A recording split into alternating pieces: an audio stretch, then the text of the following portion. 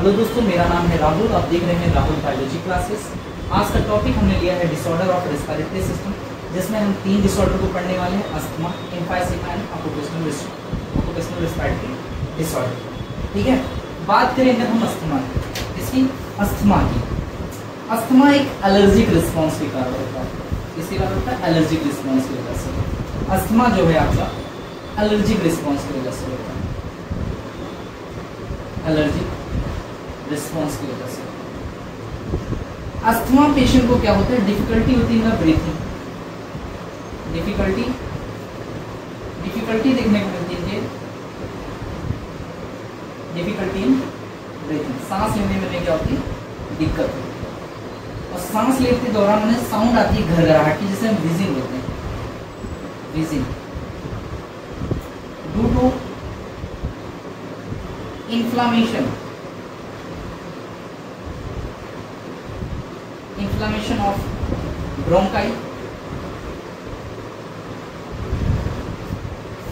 and bronchioles, दो जगह inflammation हो जाने के कारण सांस लेते के दौरान घरघराहट की साउंड सुनने को मिलती है। किसके कारण होता है? एक एलर्जिक रिस्पॉन्स की वजह से। अस्थमा एक एलर्जिक रिस्पॉन्स है।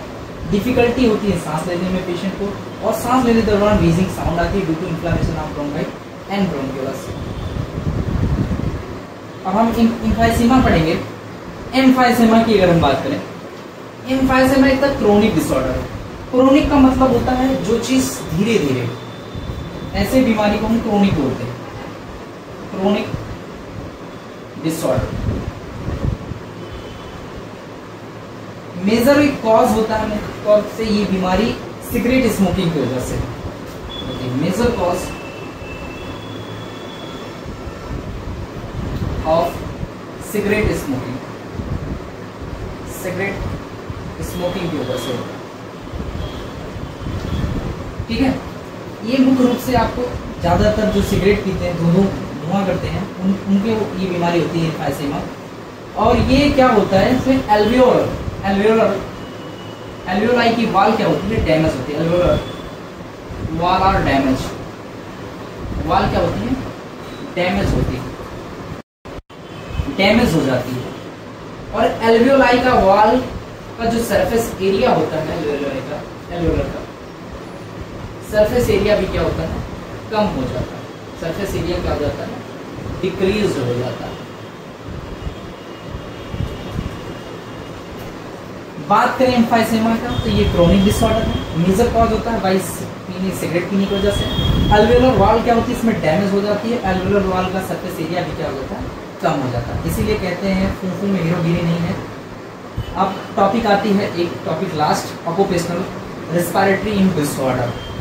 इंडस्ट्रियल वर्कर जो इंडस्ट्री में काम करते हैं, जैसे कि ग्राइंडिंग स्टोन, पत्थर को काटने और ब्रेकिंग करने में जो काम करते हैं, इनको ये डिसऑर्डर होता है।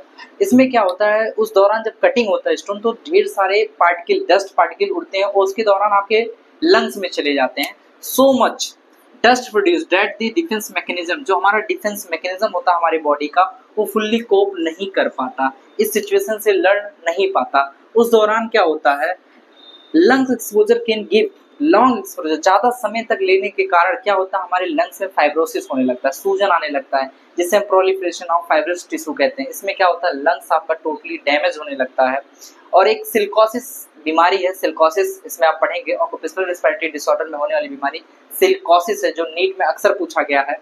बात करें इससे बचने के लिए, हमें जो वर्कर इसमें काम करते हैं उनको मास्क की जरूरत होती है कि वो एक अच्छे मास्क का यूज करें जिससे इससे बच सकें। इसके साथ साथ इसी में आपको प्रीवियस ईयर का नीट का क्वेश्चन भी मिल जाएगा। तो पहली बात हमने अस्थमा पढ़ा है। अस्थमा में क्या था? डिफिकल्टी ब्रीथिंग में हो रही थी, इन्फ्लामेशन उसकी ब्रोंकाई और ब्रोंकियोलस में था। बात करें एम्फाइसेमा में, एम्फाइसेमा में क्या हो रही थी? एल्वियोलर वाल जो थी वो डैमेज हो रही थी और सरफेस एरिया कम हो रहा था। यहाँ क्या हो रहा है कि लॉन्ग एक्सपोजर करने की वजह से, डस्ट पार्टिकल अंदर जाने की वजह से क्या हो रही? लंग्स डैमेज हो जा रही है। इससे बचने के लिए हमें क्या यूज करना चाहिए? प्रोटेक्टिव मास्क यूज करना चाहिए।